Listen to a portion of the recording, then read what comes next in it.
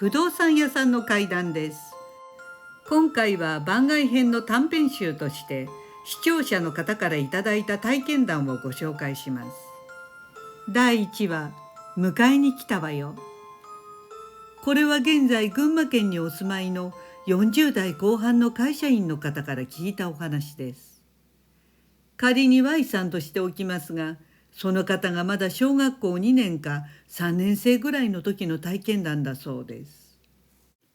住宅街の中には大抵小さい神社がありますが、当時 Y 君の住む家の近所にも小さな神社があったそうです。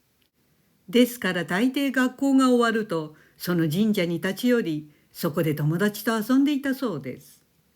そして夕方5時頃になると Y 君のお母さんがご飯よ、帰りましょうと呼びに来てくれたそうです。そんなある秋口の少し肌寒い日のことでした。その日はたまたま Y 君一人だけで神社に立ち寄りました。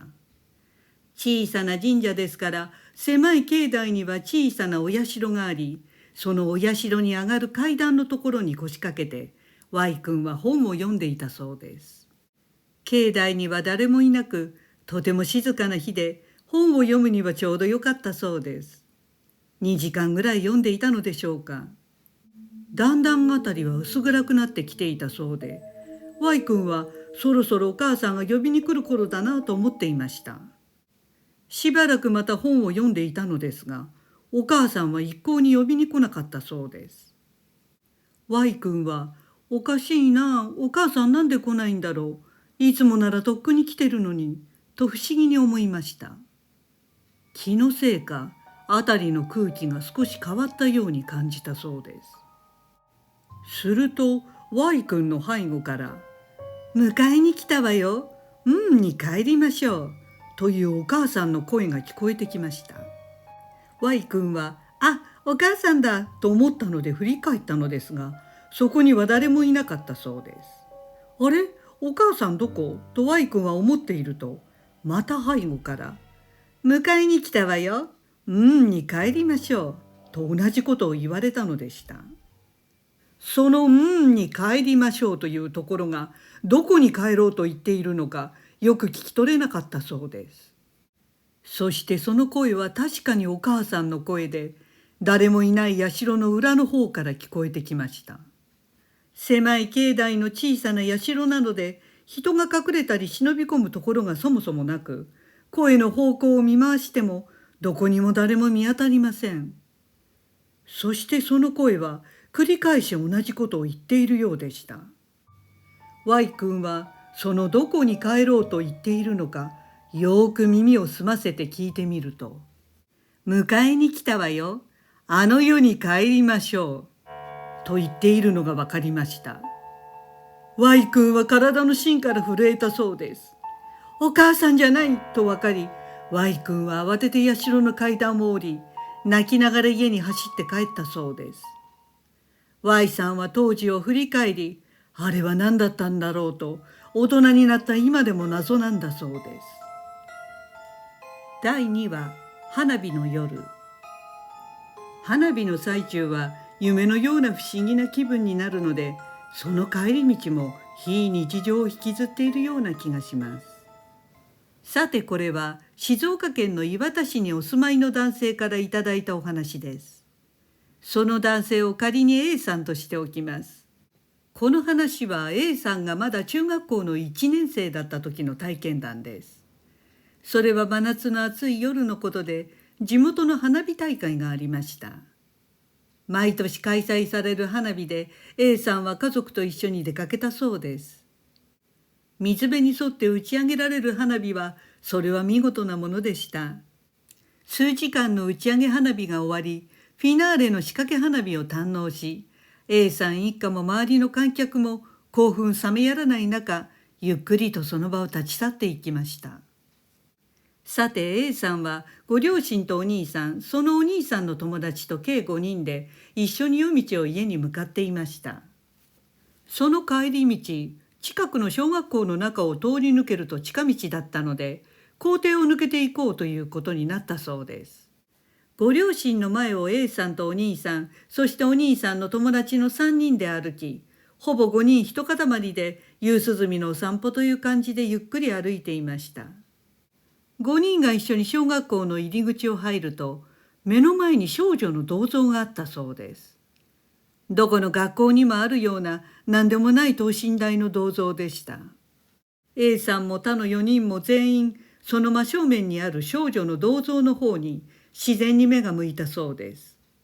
そして5人がちょうどその銅像の前を横切ろうとしていました。それは一瞬のことでした。すれ違いざまに銅像の顔が A さんの方にニューッと動いたんだそうです。顔が動いたと A さんは仰天して叫ぶと、そばにいたお兄さんの友達も動いた、今こっちに顔をスーッと向けたと叫びました。一緒にいたご両親もお兄さんも2人が何のことを言っているか分からず唖然としていました。A さんは少女の銅像の顔が自分たちを追うようにニュッと動いたと説明しましたが、何をバカなことを言っているという感じでした。するとお兄さんの友達も間違いなくこっちに顔を向けたのを見たと同じようなことを言ったそうです。2人の様子があまりにも真剣だったので、5人はもう一度銅像をしっかり見直してみたのですが、やはりそこには何の変哲もないただの金属の塊の銅像があるだけでした。街灯や月明かりのせいで陰影が動いたように見えたんじゃないかとも言われました。でも A さんとお兄さんの友達はそういう見間違いに思える微妙な動きではなく、はっきり人間が顔を向ける動きだったと断言したそうです。たださっきはまるで銅像に命が宿っているかのような動きをしたのに、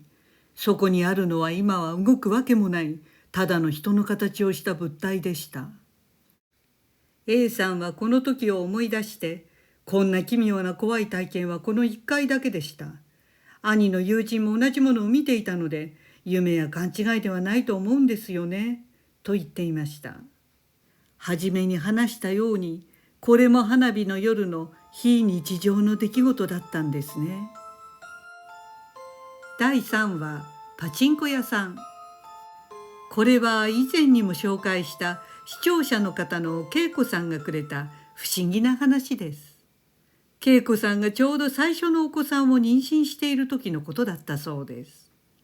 ある休日ののんびりした午後でした。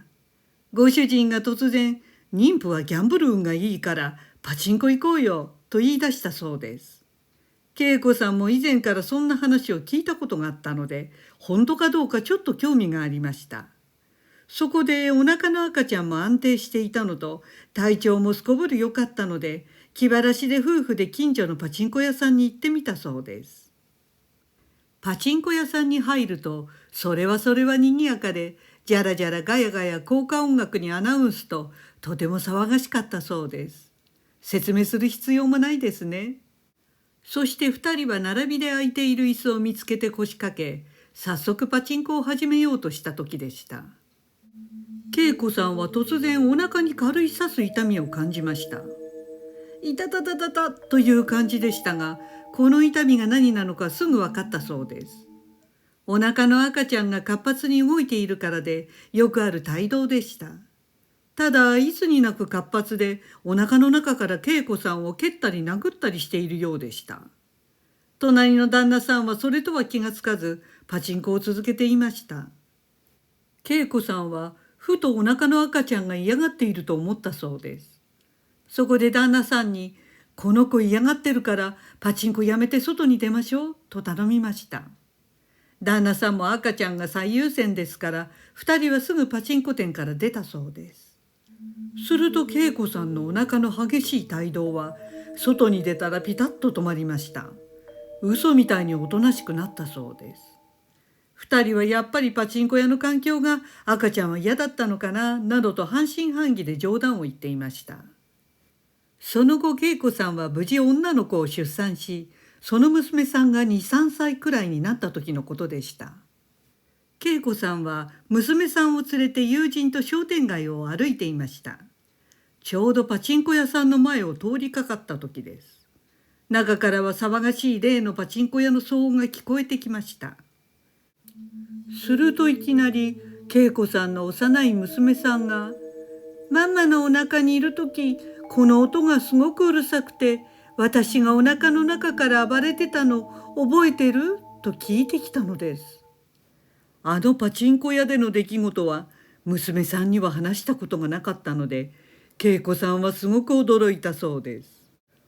それだけではないそうで、その娘さんは他にも自分の4つ違いの弟はお空の上では自分のお兄ちゃんだったというのです。お空でずっともじもじしてるから私が雲の階段降りてママのお腹に来たのというのでした。もちろんこれは3歳児の空想の話かもしれません。でもパチンコ屋の話はとても不思議で、その後娘さんが成長するとその記憶は全くなくなっていたそうです。